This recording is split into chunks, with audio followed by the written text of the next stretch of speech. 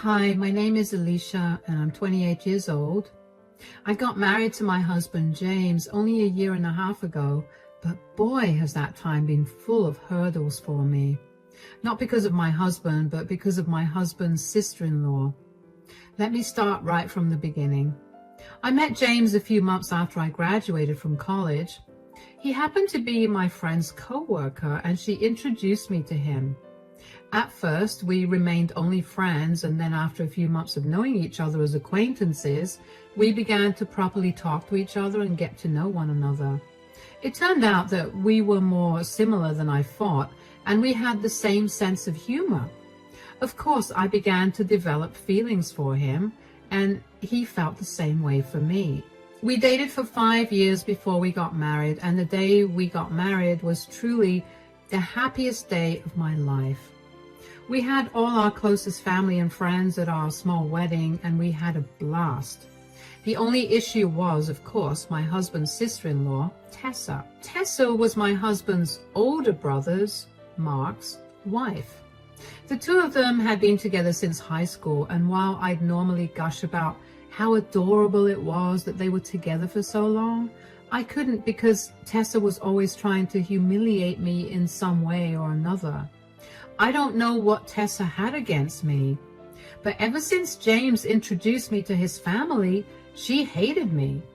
One thing about James's family is that they're very tight-knit. James only has his mother and his brother, and they're very close. I'm talking meet every week kind of close. Naturally, being with them meant having a good rapport with their mother, Lydia. Lydia and I had a pretty cordial relationship. I mean, she was nice to me and I was nice to her, but we were never actually close. Lydia and Tessa, however, were really close because Lydia's known Tessa since Tessa was a teenager. I wasn't jealous of that because I knew that Lydia liked me enough, but I did want to grow a better bond with her, especially after I got engaged to James. Up until my engagement with James, Tessa barely paid me any mind. She usually ignored me or just snickered at my expense whenever she could. After that, though, she began to embarrass me whenever she could, but only whenever Lydia was around. When Lydia was not around, she went back to ignoring me. I still remember the first time that she tried to humiliate me in front of Lydia. Lydia had invited the four of us to lunch at her place one weekend. And while we were there, Lydia couldn't stop excitedly talking about how she'd gotten into gardening. She told us that her flowers had just bloomed and that she was really proud that her efforts paid off. A little after that conversation, I happened to walk into the yard for something when I spotted Tessa standing on Lydia's flower bed. I was alarmed, so I ran to her and asked her what she was doing. "What are you doing? Why are you stepping on those flowers?" "Oh, Lydia told me that she wanted them gone because they weren't what she wanted." But she was just talking about, "Come on, help me out a little." No thanks. "Come on, stop grabbing me." "Hold on, let me just step out for a second and..." "Lydia, oh my God, come look at what Alicia's doing." "What are you doing?" "Alicia's ruining your garden. Why would you do this?" "What's the commotion?" "Oh my God, Alicia, what's going on here?" "I didn't. She tried to get me to trample your pretty flowers, but I hopped out." "Why would you do this, Alicia?" "I swear I didn't. Tessa was the one who pulled me in here." "Wow, and you're lying too. Do you have no shame at all? You've ruined all of Lydia's hard work and now you're trying to pin the blame on someone else. You know very well that's not what happened. Stop lying. What's going on?" "Oh my gosh, darling, what have you done?" "I didn't do anything." "She did. She wanted to make a better impression on Lydia, so she tried to get me in trouble to boost her image in Lydia's eyes." "That's crazy. Why would I want to do that?" "Okay, that's enough. Why don't you just go in and wash your shoes? I need some space right now." Mom, I'm so sorry about... It's okay. I'll be in my room. Why did you do that, Tessa? Do what? Are you seriously still keeping the act up? You were the one that shoved me into this flower bed. I just did what I had to do.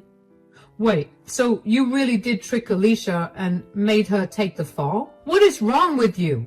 Why would you hurt my mother also? You know very well why I did that. No, I actually don't. Then you're dumber than I thought. Watch your back, Alicia. I'm not losing to you. I couldn't believe that Tessa had pinned the blame on me when I did nothing. I asked James if he had any idea why she said that, and even James had no clue.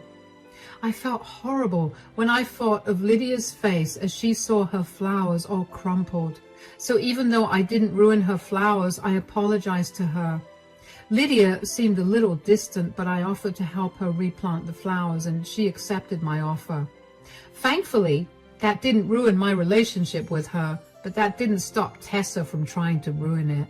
James and I were engaged for a year, and during that year, Tessa did everything she could to ruin my reputation in front of Lydia. She destroyed a lot of Lydia's things along with James and Mark's, hers, and even mine, just so she could pin the blame on me when Lydia walked into the room. There were times when Lydia would actually cry because Tessa had destroyed something important to her, or something that she put a lot of hard work into, and it would anger me to no extent. James and I spoke to Mark about it because Tessa would ignore both of us and would run away every time we tried to talk to her. Mark initially did not believe me, but when both James and I gave him as much information as we could and insisted that we were telling the truth, Mark was just as baffled as us about Tessa's behavior. He also tried to talk to Tessa, but she told him to stay out of it because her feud with me did not involve him. Mark managed to tell her to stop breaking his mom's things, and she listened to that. But that only meant that she was out to destroy everything that was mine or things that I worked hard on. Even at my wedding, she spilled wine on my dress. Thankfully, James and I had a very non-traditional wedding and I wasn't wearing white, and the wine she spilled on me was white. She then tried to tell Lydia how clumsy I was and how I ruined my expensive dress because of it. I should mention that every time Tessa tried to humiliate me and draw Lydia's attention to it, Lydia would look very uncomfortable. I could tell that she did not know why Tessa was trying so hard to make me look bad. The only reason I did not throw Tessa out of my wedding was because she was a part of my family now, and it would not be a nice thing to do. Anyway, a few months after James and I got married, Lydia was out of town, so we met up with Mark and Tessa.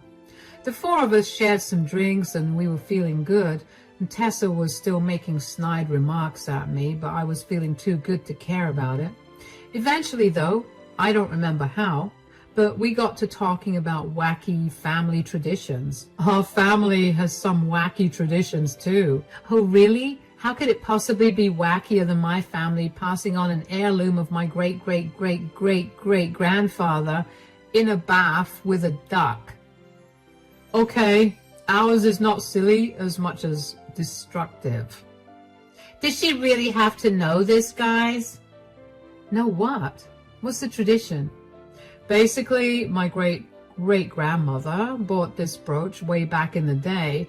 It was from Tiffany's. Anyway, it's been passed down the generations. How is that destructive or wacky? James is leaving out the most important part. The brooch has only been handed to the daughter-in-law and son-in-law to signify that they are officially a part of the family. Oh, wow. I see how that could cause some fights. Believe me, darling, my mom and my aunt fought like crazy to get my Nana to give them that brooch. Oh yeah, the holidays were especially fun because we got to see two full-grown women bickering and fighting like kids. Yeah, but what is your mom going to do about the brooch now? Has she decided who she's giving it to? Because I bet it's going to be me, considering she's known me forever. Sorry, Alicia, no offense. None taken. I don't think that the brooch is a good measure of my relationship with this family. As long as I get to spend time with you guys, the brooch can go to whoever Lydia wants it to go to. Oh, don't act like you don't want it. I'm not. I really don't care for it. Well, even if Alicia wanted it, she would not get it. I knew it. Ha! I'm going to keep that thing so safe. And you're not getting it either. What? Why? Mom didn't want our wives to fight the way that she and my aunt did, so she decided to put an end to the tradition. I mean, thank God, because I don't think I'd be able to deal with those kinds of fights as an adult. But your mom could change her mind, right? Sure, but Mom's usually very stubborn, and when she makes a decision, she sticks to it, unless something big happens and forces her to change it. Wow. Okay, guess that's a challenge for us, Alicia. I'm not taking that as a challenge. I don't care about it. I just told you that. We'll see what your attitude is when the time comes. Mark changed the subject quickly after that because he sensed the tension growing in the room, and James and Tessa joined him too. But I couldn't stop thinking about the brooch and the tradition regarding it, and then it clicked in my head. Tessa was treating me badly because she wanted the heirloom. It was a hunch, but it was the best hunch I had. That would explain why she only humiliated me when Lydia was around. I couldn't understand why she needed the brooch to prove her place in the family when she and Lydia already had a much better and closer relationship than I did with Lydia. I couldn't think of an argument to answer that question, but I was sure that Tessa treated me that way because of that tradition. I shared that idea with James a few days later, and he too agreed that it was the best possible explanation. Since we didn't know why she would want the heirloom, we decided against telling Mark about it. We didn't want to start anything without having any solid proof. Dealing with Tessa's humiliation got slightly better, I guess because I was able to place why she was doing it. I knew that Tessa figured out that I had a hunch about why she was treating me that way because she began treating me even worse. My breaking point finally came on Lydia's 55th birthday. Lydia had invited us to her place for dinner since it was her birthday. I didn't want her to cook, so I offered to do the cooking. Luckily, Lydia's birthday fell on the weekend, so James and I went over to her place early in the morning so I could start preparing the meal. I had a huge meal planned in honor of Lydia, and I was very excited to have everyone eat it. I labored for hours in that kitchen while Lydia and James spent the day shopping and at the movies, an idea I suggested. When evening came, Mark and Tessa came over. I did my best to stay near my food at all times because I did not want Tessa to ruin all my hours of hard work. There was only one time when I left the kitchen, and that was only because I needed to use the washroom. I only left the kitchen after double-checking that Tessa was occupied in conversation with everyone else. When I got back to the kitchen, my heart dropped when I saw Tessa standing there, tasting my food. She told me she was just checking it to make sure it tasted nice, and before I could taste it to make sure she hadn't tampered with it, she called everyone in to have dinner. James was the first to notice something was off with the food. Sweetie, what did you put in this food? Spices and veggies? Yes, but why is it so bitter and salty? It is? Oh my God, I swear it wasn't supposed to taste like that. What happened? Surprise, surprise, Alicia messed up Lydia's birthday dinner. Do you have any shame? This is why I said I'd take care of the cooking. I had been constantly taste testing the food. It didn't taste like this at all the entire time. It's okay, sweetie. We'll just order in. No, it's not okay. Alicia has been constantly messing up and she needs to be put in her place for it. Oh, come on now. What do you want me to do? Put her in time out? Please, she's a grown woman, and this was an honest mistake. I swear it was all perfect. You'll do anything but accept the fact that you've ruined Lydia's dinner, won't you? Where's your respect for Lydia? She's done nothing but be kind and understanding towards you, especially when all you've done is ruin her things. I have never once ruined her things, and you know it. You were the one who ruined them and blamed it on me. There, I said it. Wow, you're even more pathetic than I thought. You can't even own up to your mistakes, so you try to blame them on me. Wait a minute. I had not left the stove for hours when I was cooking. And everything was fine until I left it for 2 minutes to use the bathroom before I served the food. Did you tamper with the food, Tessa? Because when I came back from the washroom, you were in the kitchen and you told me you were tasting the food to make sure Lydia would like it. Do you honestly think that I'd want to ruin Lydia's dinner? Unlike you, I actually care for and love her. Why can't you just admit that you don't like her? You've done everything but that. Anyway, girls, that's enough. I'm tired of this. Give me a minute. I'll be right back. Alicia, darling, I think we should go cool down a bit. Mark, talk to Tessa. And Tessa, you are not allowed to speak to Alicia that way. You're just upset I'm telling the truth. James pulled me away from the dining room because I was so mad that I was crying. All my hours of hard work went down the drain.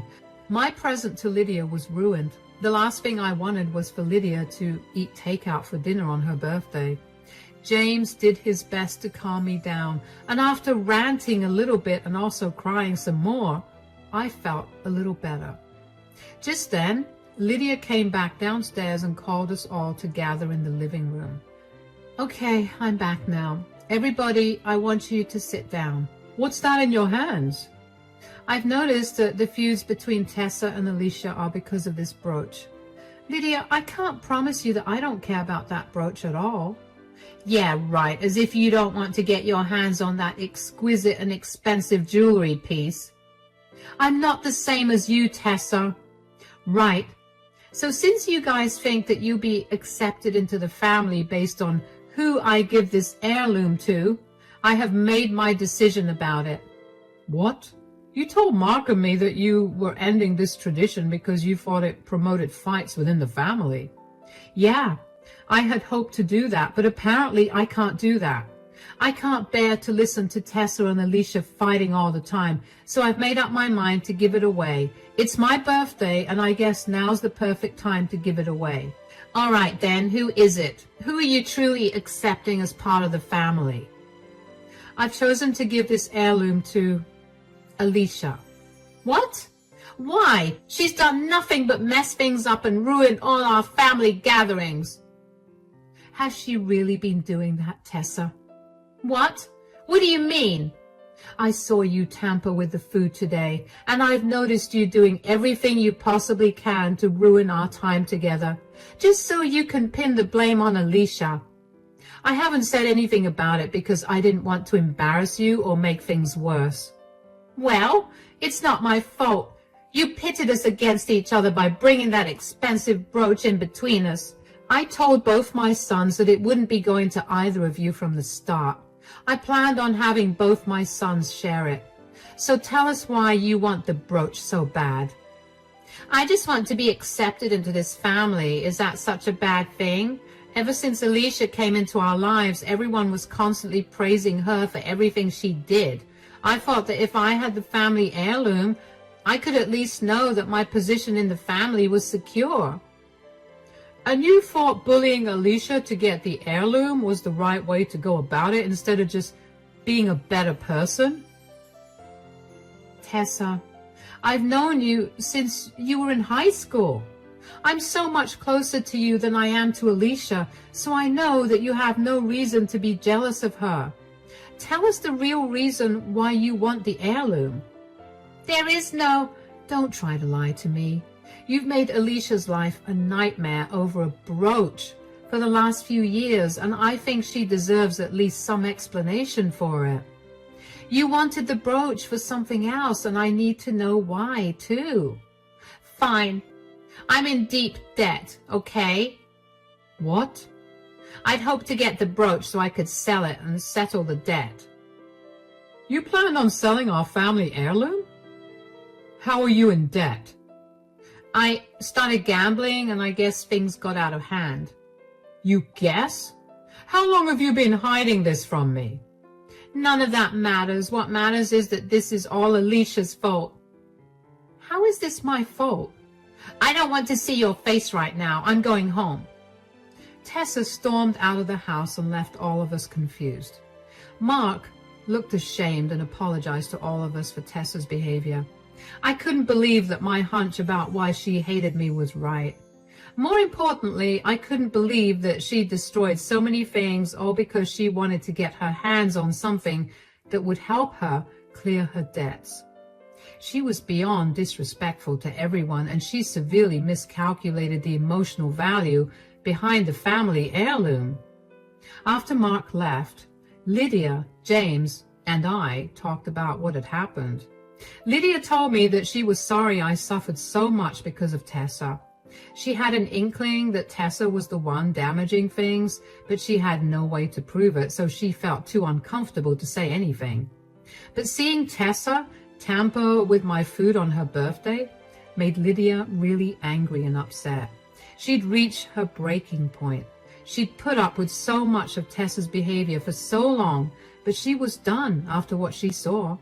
She also had a hunch that Tessa was only doing all of that for the family heirloom, so she took a risk by bringing that into the conversation. I was so glad that Lydia had known what was going on and had acted in my favor. I didn't know how much longer I would have been able to put up with Tessa's behavior after that. And I knew that if I snapped, Tessa would have suffered a lot more than just humiliation.